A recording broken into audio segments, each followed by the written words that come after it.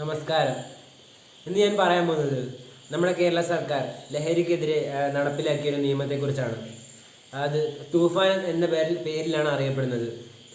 അപ്പോൾ നമ്മൾ നോക്കുകയാണെങ്കിൽ നമ്മുടെ ആഭ്യന്തരമന്ത്രി രമേശ് ചെന്നിത്തല ആവിഷ്കരിച്ച ഒരു പദ്ധതിയാണ് ഈ തൂഫാൻ എന്ന് പറയുന്നൊരു പദ്ധതി. അതെന്ന് പറയുമ്പോൾ ജൂൺ 2-നാണ് ഈ പദ്ധതി ആവിഷ്കരിച്ചത്. അപ്പോൾ ഇതെന്ന് പറയുമ്പോൾ നമ്മുടെ ലഹരി മൊത്തമായിട്ട് തുടച്ചു നീക്കാൻ ആവിഷ്കരിച്ചൊരു പദ്ധതിയാണ്. അപ്പോൾ എന്താണ് തൂഫാൻ എന്ന് നോക്കുകയാണെങ്കിൽ നമുക്കറിയാം, ഈ പോലീസ് ചുമ്മാതെ ഇങ്ങനെ ചെക്ക് ചെയ്യുന്നൊരു പരിപാടിയല്ല ഇത്. എന്ന് വെച്ചാൽ ലഹരിയുടെ ഉറവിടത്തെയും ലഹരിയെയും മൊത്തമായി തുടച്ചു നീക്കാൻ പോലീസും അതുമായി ചേർന്ന ഉദ്യോഗസ്ഥരും നടത്തുന്ന ഒരു വലിയൊരു പരിപാടിയാണ് ഈ തൂഫാൻ എന്ന് പറയുന്നത്. അപ്പോൾ അതുകൊണ്ട് നമുക്ക് ഈ ലഹരിയുടെ ഉറവിടത്തെ മൊത്തമായി കളയാൻ സാധിക്കുമെന്നാണ് പറയപ്പെടുന്നത്. പിന്നെ അതുകൂടാതെ നമ്മൾ ഈ വിദ്യാർത്ഥികളിലൊക്കെ എങ്ങനെയാണ് വരുന്നത്, ഈ വിദ്യാർത്ഥികളൊക്കെ എങ്ങനെയാണ് ഈ ശീലം തുടങ്ങുന്നത് എന്ന് നമ്മൾ നോക്കുകയാണെങ്കിൽ നമുക്കറിയാം, ആരും ജനിക്കുമ്പോഴേക്കും ഈ ഡ്രഗ്സ് അവയൊന്നും ഉപയോഗിച്ച് വരുന്നില്ല. അവ പിന്നീടാണ് ഉപയോഗിച്ച് തുടങ്ങുന്നത്.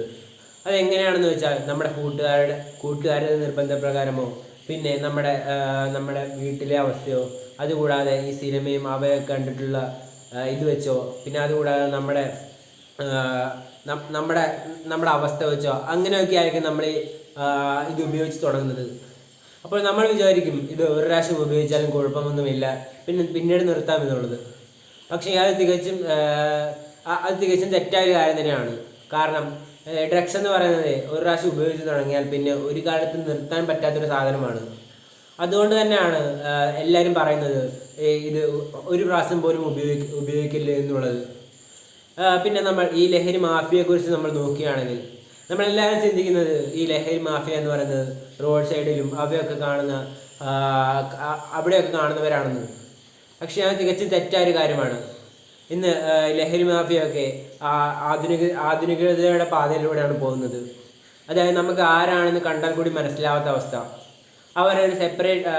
അവർ അഡ്വാൻസ്ഡ് ആയിട്ടുള്ള ചാറ്റിംഗ് ആപ്ലിക്കേഷനും അതുപോലെയുള്ള വെബ്സൈറ്റും അതുപോലെയുള്ള സിസ്റ്റത്തിലൂടെയൊക്കെയാണ് അവർ പോയിക്കൊണ്ടിരിക്കുന്നത്. അതായത് സാധാരണക്കാരായവർക്ക് ഒരു കാലത്ത് മനസ്സിലാവാത്ത അവസ്ഥ. ഇത് കൊടുക്കുന്ന ആളും മേടിക്കുന്ന ആളും തമ്മിൽ കാണുന്ന പോലും ഉണ്ടാവില്ല. അപ്പോൾ അത്രയധികം സീക്രട്ടായിട്ടാണ് ഇവർ പണി ചെയ്യുന്നത്. അപ്പോൾ ഡാർക്ക് വെബ് എന്താണ് നമ്മൾ നോക്കുകയാണെങ്കിൽ നമുക്കറിയാവുന്നത് ഈ ഫേസ്ബുക്ക്, യൂട്യൂബ്, ഇൻസ്റ്റഗ്രാം അവയൊക്കെയാണ്. പക്ഷേ അതിൻ്റെ പുറകിൽ ഒരു വലിയ ലോകം തന്നെയുണ്ട്. അതാണ് ഈ ഡാർക്ക് വെബ്.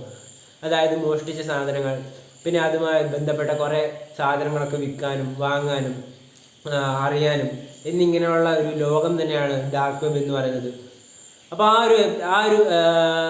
അപ്പോൾ ഡാർക്ക് വെബ് എന്ന് പറയുമ്പോൾ ടോർ ബ്രൗസർ അതുപോലെയുള്ള ബ്രൗസേഴ്സാണ്. അപ്പോൾ അതിലൂടെ തന്നെ കുറേ കച്ചവടം ഈ ഡാർക്ക് വെബിൽ കൂടെ തന്നെ ഡാർക്ക് വെബിൽ കൂടെ തന്നെ നടക്കുന്നുണ്ട്. അപ്പോൾ അതുകൊണ്ടൊക്കെ തന്നെ നമുക്കതൊന്നും അറിയാൻ കൂടി സാധിക്കത്തില്ല. അപ്പോൾ അത് അത്രയും പ്രൈവറ്റായും അത്രയും സീക്രട്ടായും അത്രയും ആധുനികതയോടെ കൂടിയുമാണ് ഈ ഒരു ലഹരി മാഫിയ പ്രവർത്തിക്കുന്നതെന്ന് നമ്മൾ കണ്ട് മനസ്സിലാക്കേണ്ടതാണ്. അതുകൊണ്ട് തന്നെ നമ്മുടെ പോലീസ് ഈ സൈബർ സെക്യൂരിറ്റിയിൽ വളരെ ശ്രദ്ധിക്കേണ്ടതായിട്ടൊരു അവസ്ഥ വന്നിട്ടുണ്ട്. നമുക്കറിയാം ഇത് നമ്മുടെ ശരീരത്തെ എങ്ങനെയാണ് ബാധിക്കുന്നത് എന്നൊക്കെ നമ്മൾ നോക്കുകയാണെങ്കിൽ, നമ്മളിത് ഉപയോഗിച്ച് തുടങ്ങുകയാണെങ്കിൽ നമ്മുടെ ബ്രെയിനെ ഇത് വളരെ നല്ലപോലെ ബാധിക്കും. അതായത് നമ്മുടെ ഓർമ്മശക്തി നഷ്ടപ്പെടും, പിന്നെ നമ്മുടെ കാഴ്ചശക്തി നഷ്ടപ്പെടും എന്നിങ്ങനെ കുറേ കാര്യങ്ങൾ നമുക്ക് ഈ ഡ്രഗ്സ് ഉപയോഗിക്കുന്നത് കൊണ്ട് നമുക്ക് അനുഭവിക്കാൻ സാധിക്കും. പിന്നീട് അതുകൂടാതെ തന്നെ നമ്മുടെ ഹൃദയത്തെയും നമ്മുടെ തലച്ചോറിനെയും എല്ലാത്തെയും നമ്മളെ ബാധിക്കാൻ ശേഷിയുള്ളവയാണ് ഈ ഡ്രഗ്സ് എന്ന് പറയുന്നത്. പിന്നീട് നമ്മൾ നോക്കുകയാണെങ്കിൽ നമ്മുടെ കുടുംബത്തെ എങ്ങനെ ബാധിക്കും എന്ന് നമ്മൾ നോക്കുകയാണെങ്കിൽ നമ്മുടെ കുടുംബത്തെയും നല്ലപോലെ ബാധിക്കുന്ന ഒരു കാര്യം തന്നെയാണ്. അതെങ്ങനെയാണെന്ന് ചോദിച്ചാൽ നമ്മൾ ഉപയോഗിച്ച് തുടങ്ങുകയാണെങ്കിൽ നമ്മുടെ മാതാപിതാക്കൾ ടെൻഷൻ അടിക്കുകയും പിന്നെ കുറേ പൈസ പോവുകയും പിന്നെ അതുകൂടാതെ തന്നെ സമൂഹത്തിനും എല്ലായിടത്തും ഈ ഡ്രഗ്സ് ഉപയോഗിക്കുന്നതുകൊണ്ട് വളരെ പ്രശ്നം തന്നെയാണ് ഉണ്ടാവുക. നമ്മുടെ കേരളത്തിൻ്റെ ഇപ്പോഴത്തെ അവസ്ഥ എടുത്ത് നോക്കുകയാണെങ്കിൽ നമുക്ക് മനസ്സിലാക്കാൻ സാധിക്കും, ഈ തൂഫാൻ എന്ന പദ്ധതി കൊണ്ടുവന്നതുകൊണ്ട് തന്നെ ധാരാളം പേര് ഏകദേശം ആയിരങ്ങളോളം കേസുകളാണ് ഇതുവരെ റിപ്പോർട്ട് ചെയ്തിട്ടുള്ളത്. പിന്നെ അതുകൂടാതെ തന്നെ ഇതിൻ്റെ ഏറ്റവും വലിയ ഉറവിടവും ഒക്കെ കണ്ടുപിടിക്കാൻ നമ്മുടെ പോലീസിന് കഴിഞ്ഞിട്ടുണ്ട്.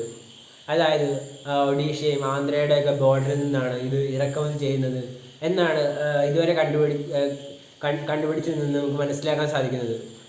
അപ്പോൾ നമുക്ക് ഇതിൻ്റെ ഉറവിടം വ്യക്തമായി കഴിഞ്ഞാൽ നമുക്ക് ഈ പരിപാടി എളുപ്പമാവുന്നതാണ്. പിന്നെ അതുകൂടാതെ ഇത് പോലീസിന് മാത്രം ഉത്തരവാദിത്തമാണോ? ഒരിക്കലുമല്ല. ഇത് എല്ലാ പൗരന്മാരുടെയും ഉത്തരവാദിത്തമാണ്. എന്ന് വെച്ചാൽ നമുക്ക് എന്തെങ്കിലും സംശയാസ്പദമായി തോന്നുകയാണെങ്കിൽ നമ്മൾ അറിയിക്കേണ്ടവരെ അറിയിക്കുകയും പിന്നീട് നമ്മൾ ക്യാമ്പയിൻ നടത്തുകയും പിന്നെ നമ്മുടെ സുഹൃത്തുക്കളെ ബോധവൽക്കരിക്കുകയും ഇവയൊക്കെ നമ്മൾ സ്വന്തം ഇതുകൊണ്ട് തന്നെ ചെയ്യേണ്ട ഒരു കാര്യം തന്നെയാണ്. അപ്പോൾ ഡ്രഗ്സ് അല്ല ലോകം എന്ന് പറഞ്ഞുകൊണ്ട് ഞാൻ എൻ്റെ വാക്കുകൾ നിർത്തുന്നു. നന്ദി.